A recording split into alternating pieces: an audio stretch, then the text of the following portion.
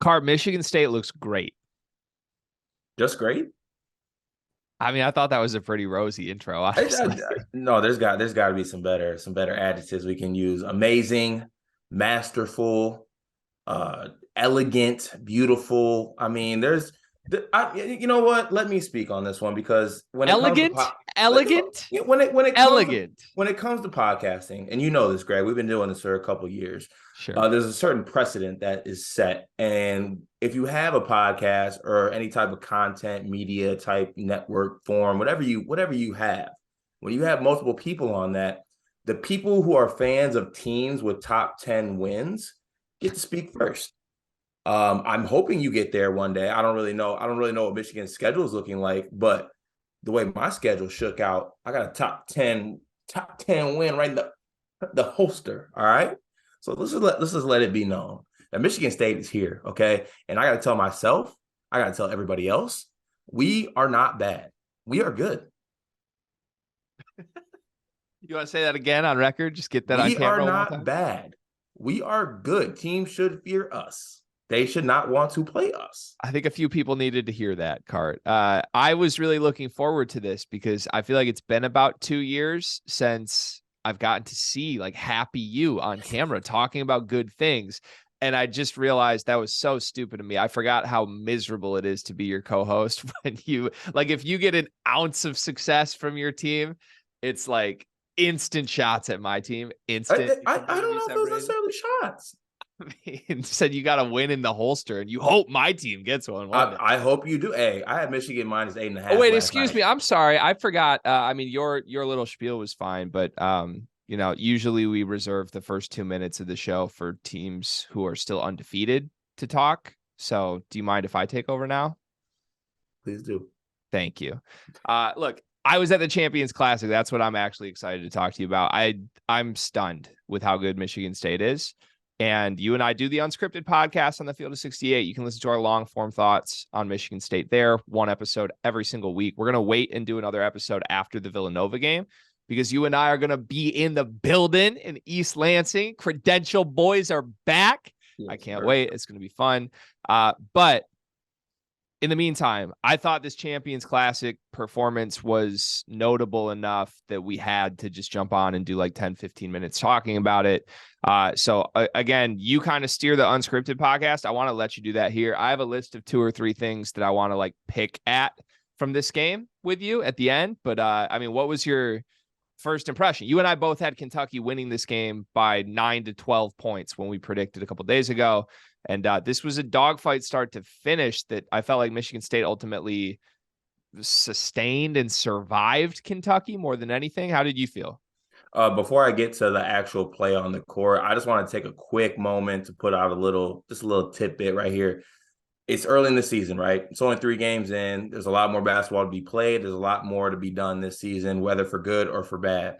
But just judging off these 3 games, I don't even know what the word would be to use, but is it the renaissance kind of Tom Izzo? Like there was people that tried to bury him, and like this 3-game coaching stretch, I think has been a treat to absolutely watch. I think his game plan has been great. I think the execution of the team's been great. I think that he's called the right plays and the right time, as we could see from the last game.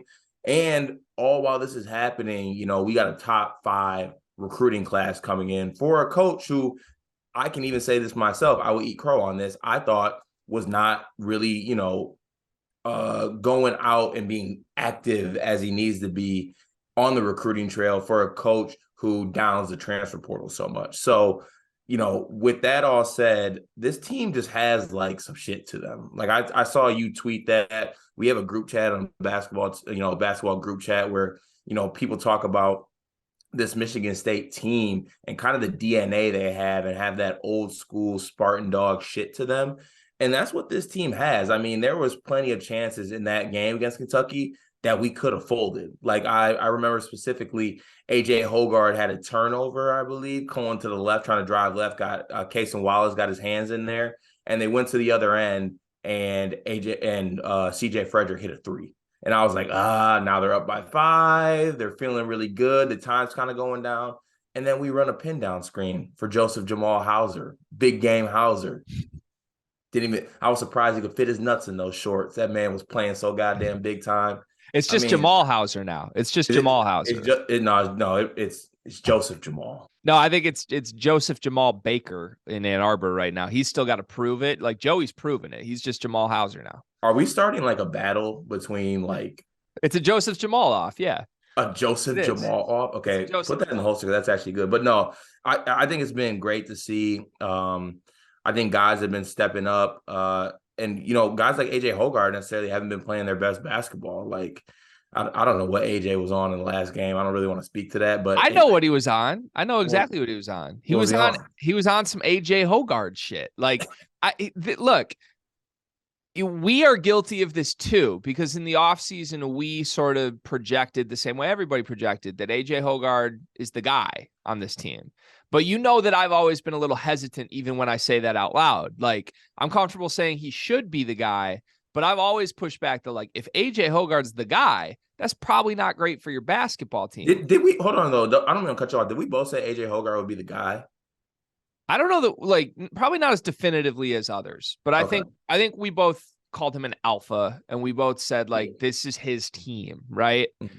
And my only pushback with all of that, especially as the dialogue on the best backcourt stuff came out, was like, I don't think if AJ Hoggard is your alpha and your best player, your team's very good. That's all I've ever said. And I think that's accurate. And I think part of why Michigan State's so good right now is because AJ Hoggard's not the guy. He's not the do it all everything guy. He can just play his role. And I think that bodes really, really well if this continues. I think Michigan State fans should probably adjust their viewpoint on AJ at this point. I'm not saying to give up on him. I'm not saying he's not important, but AJ is who he is. The same way last episode we told you Joey Hauser is who he is. Everybody on this team is who they are. And they look like the best versions of themselves right now. And there's a lot of reasons for that. Tom Izzo deserves a ton of credit for getting that out of most of these guys. But I don't think the days where we were calling for, AJ Hoggard could lead the country in assists and average 12 a game and be first team all Big Ten. I don't think that's a good thing for this team at this point. I think you need AJ Hoggard to be like the fifth option who is a dog defender some games and gets you 4 or 5 assists and is probably on the bench at the end of games because he's still an offensive liability in a lot of ways. And I think Izzo pulled all the right strings down the stretch, putting AJ Hoggard on the bench. And ultimately the team won because of that decision and many other decisions, like the plays he drew up down the stretch. I mean, good Lord, can we talk about that? Like the annexation of Puerto Rico, absolutely beautiful. So obviously Tom Izzo is a legendary coach, but we've criticized everything that man's done. I've criticized everything that man's done for the last 2 years, personnel decisions, in-game decisions, just the way he behaves on the sidelines, all of that. And I mean, he put Calipari in a box, locked it, drove it to the beach, swam 100,000 miles out in the ocean, and sunk him, buried him in the ocean. We're never going to see John Calipari again after this. Izzo, wait, did he take Calipari to deep water? Oh, shit.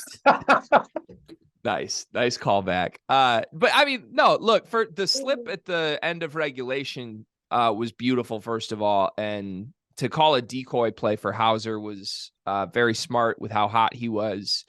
And I think, I was curious if that slip wasn't wide open, what happens to that play? Like, do they take another timeout? Is it just a safety valve and then you're stuck in Tyson Walker again? It was sort of an all or nothing play. The all worked and it looks genius and I give him a ton of credit for it. But I mean, the play that deserves every mention in the world is the overtime. I mean, the pass to yourself on the baseline, the back pick, the pass by Malik Hall or not Malik Hall. Who was throwing that pass? Was that Hoggard? It was Hoggard who threw it. I mean, great pass. Malik, I'm actually watching the replay. I can't believe Malik didn't swing that to the corner.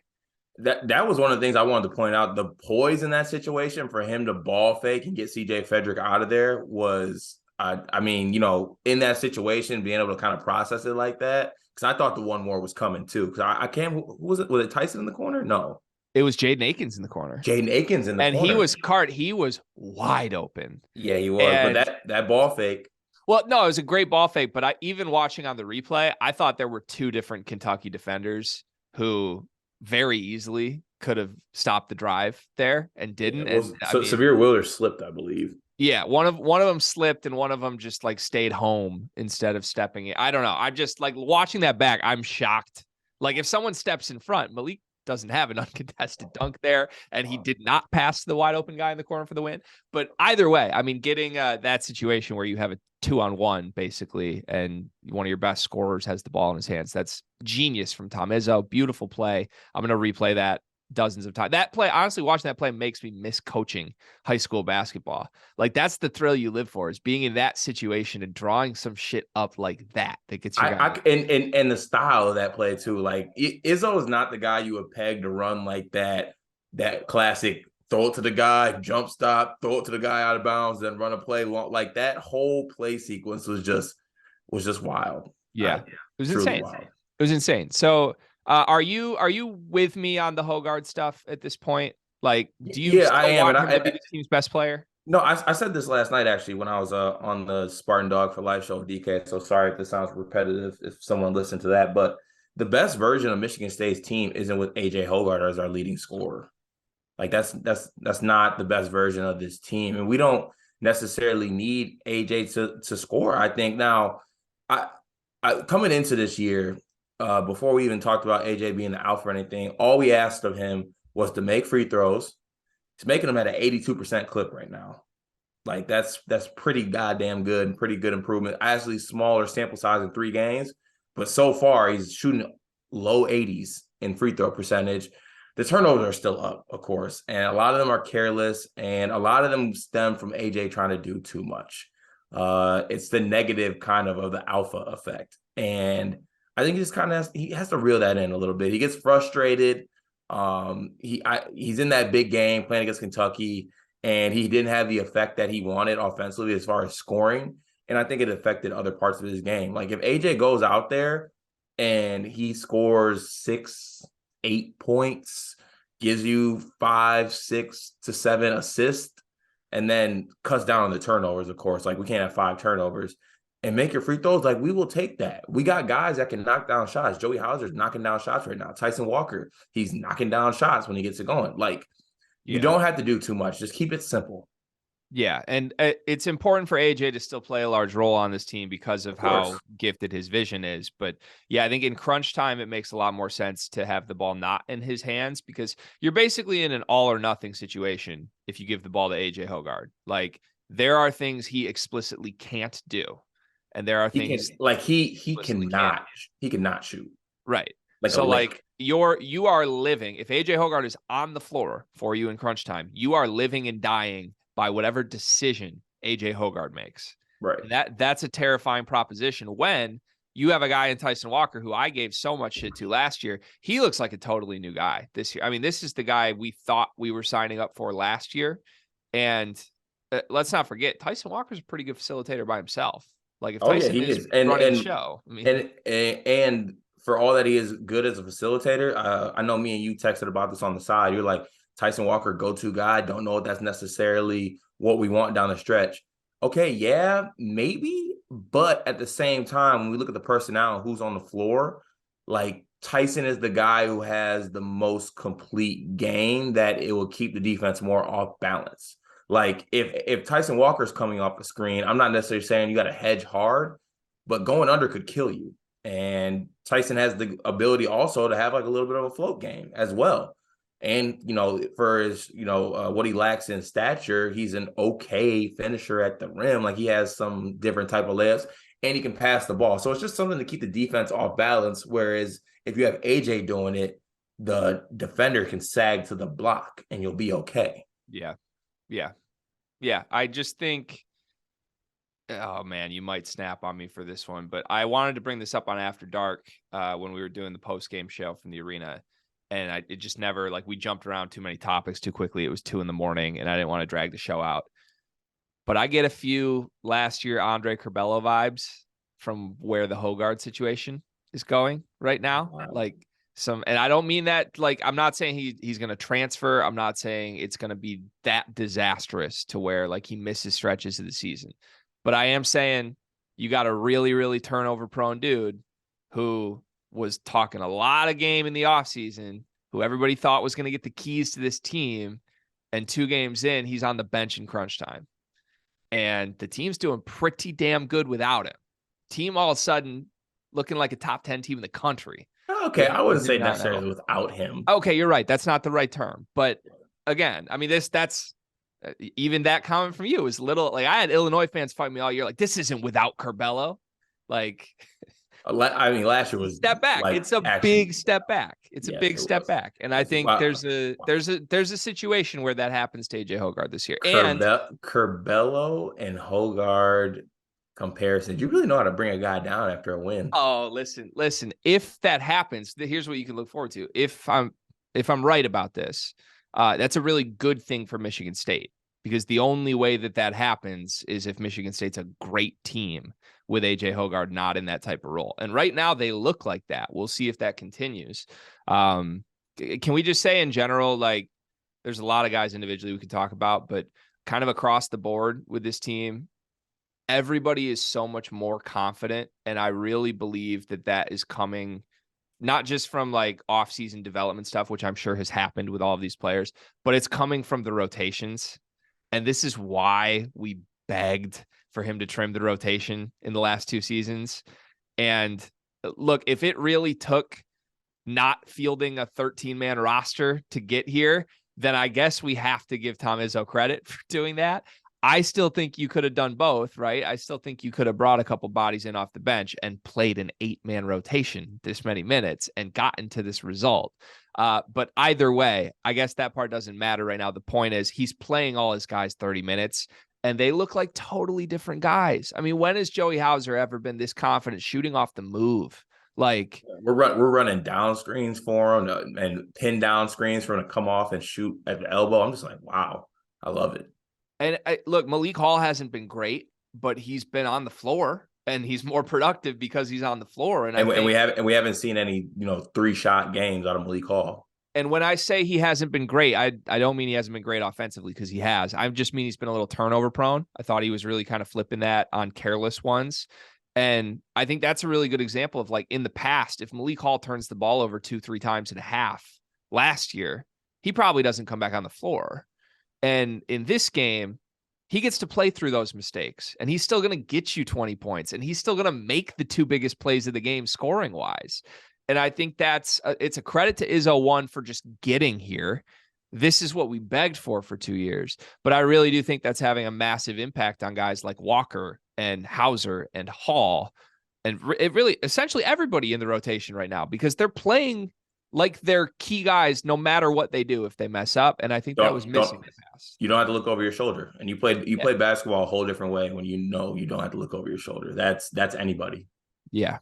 It's impressive to see. Have we praised Tyson Walker enough yet? I know I had a sentence earlier. I feel like we gave in the whole team praise for what they've done. I mean, I think you kind of said it perfectly. We could literally go down the roster of guys that are playing and point directly to how well they're playing. Like Mady playing well. Jaden, I think he's got to get in the rhythm a little bit, coming back from a foot injury, like 2 months off of practice, basically. I'm not necessarily going to like panic or anything. I think you saw flashes of him getting that quickness and that bounce back. Shot selection for him needs to change, though. The deep twos are going to send me to an early grave. Can I ask about that? Stop watching Josh Langford highlights, please. Can I ask about that? Yeah, sure. So I'm very confused on his shot selection. You know how high I am on Akins. And maybe this is from the injury, but I'm feeling like those shots are the shots he's taking because those are really the only shots he's able to get right now. You're not wrong in saying that, because I think it's because of the injury. Like, I don't think he has that same rhythm, that same bounce. Like, his burst isn't there right now. Like, we saw him at Moneyball. Like, obviously, yes, it's Moneyball, but like the handle was tight, the bounce, the explosion, that even the quick twitch, like explosion back off of his step back to get that 3 ball off. Like, he doesn't really have that right now. It's just a little bit off, but I think he's going to kind of get into the rhythm. Yeah, it feels like his burst is just flat right now. And I have to think that's from the injury, because we've seen him be the burstiest burst guy that has been on this roster. So I think, I think that'll come with time. But for now, like, if that leaves you with, just essentially 5 long twos a game off the dribble, that's not what we need from Jaden Akins. But No. man, the team's looking great regardless. Can we do Mady quickly? Because I think the Mady stuff is probably the most, I don't know, divisive conversation to have from my end right now, because Mady has been great. Mady has been fantastic relative to any sort of reasonable expectations for Mady this season. I mean, you and I came on here and other shows multiple times and said he's a total non-factor. We were begging for for Jackson Kohler to start at the beginning of the season. And I don't think we were alone. I think anybody at all that isn't just a true, oh, it's going to be fine Michigan State fan did not see this coming from Mady Sissoko. So first of all, credit to the, oh, it's going to be fine Michigan State fans. You win. You can put a feather in your cap for this one. That's awesome. Two, I am happy for Mady Sissoko. I don't feel that he played great on Tuesday, whatever it is. And I know I texted this to you. I also texted it to DK's group. And I was like, hey guys, can you tell me if I'm crazy? Because I'm not trying to hate on the kid at all. I still am very impressed. He's very clearly a good Big Ten center now. And you don't have to worry about Mady Sissoko at all. But I, like, in person watching that game, I felt that center was a liability for Michigan State until Oscar Tshiebwe fouled out. And I give credit to Mady for having an effect on, like, he fouled out Oscar Tshiebwe. That's big. But I mean, they got whatever offensive rebounds they wanted. I saw people tweeting, like, all in the second half, this is the worst defensive rebounding team in college basketball. Like, that's stemming from the center spot. And that is the problem. So I'm having a hard time squaring, like, oh, how good Mady Sissoko looked in the second overtime when Kentucky basically wasn't playing a center, with how Mady looked when he was matched up with Kentucky center, when Oscar had 11 and 7 in the first half, was torching him on the boards the whole second half. And even, like, I mean, his defensive plays, he had the steal at half court, and then he had the front steal like a possession later. Those were huge. And that's him reading the game. We've talked about his mental stuff defensively and how he's behind. He's catching up in real time. And that's a scary proposition for everybody. At the same time, he smoked a breakaway layup. So, like, I'm not all the way there yet. I think he's good. I think he's solid. I have no more concerns on how bad Michigan State center spot will be other than rebounding. But I feel like the narrative coming out of this game is like, oh my God, what a beast we have at center. I still don't really feel that way. Where are you at with Mady? I'm going to keep this short and simple. Coming into the year, my only thing with Mady was I got to take the bad with the bad. Now I'm in a proposition where I can take the good with the bad. So I'll take that. That's all I want. That's all I really want, to be honest with you. So, you know, it's Oscar Tshiebwe. He's going to get his. And I thought Oscar had his way, to be honest with you. Like, Mady was not that great defensively. He had his way. Now, it was also tough for Mady because you cannot touch Oscar Tshiebwe. That shit's different. The National Player of the Year refereeing is definitely something to behold. But at the same time, like you said, Oscar had 11 and he had a double-double in his first game in 2 months of a leg fracture, a lower leg injury. Well, and even some of Mady's shots offensively in the first half. Oh, like, we got to stop throwing it into Mady in the post. It was like they were trying to let him go back and forth, and he was resulting in, like, off balance fadeaway hook shots that had no chance. Like, I don't think I'm there yet. I think you should be ecstatic. All Michigan State fans should be ecstatic with Mady Sissoko's play. He has exceeded all expectations. He is at worst a good Big Ten center this season. That's a massive win. This is not like, oh my God, he's the next great Michigan State center to me. No. Maybe they get there, maybe. But, like, I think, like we saw, he still is not an offensive option. He still was giving up rebounds every possession. And yes, Oscar and Timmy are the best two centers in the country. So we don't have to hold him to the, like, Oscar, we said he was going to go for like 20 and 20 in this game. And I don't blame Mady for that. What's Mady supposed to do? Oscar Tshiebwe is a monster. But, like, I just think we're honing in on the second overtime when he was going against nobody versus the whole game when he was pretty much getting abused. And Michigan State won despite him getting abused, which is awesome. But I still think center spot's the weak spot on this team, if I had to point one out. Yeah, but it's not as weak as we thought. It's much less weak than we thought. Yeah. All right. Also, on the National Player of the Year call stuff, I think Izzo said it best after the Gonzaga game. He was like, I didn't agree with the calls, but I've had National Player of the Years before. They get those. Yeah, true. Like, it kind of is what it is. Luckily, I don't think you're going to see that again for a while, you know? I don't know, Eric Dixon stuff.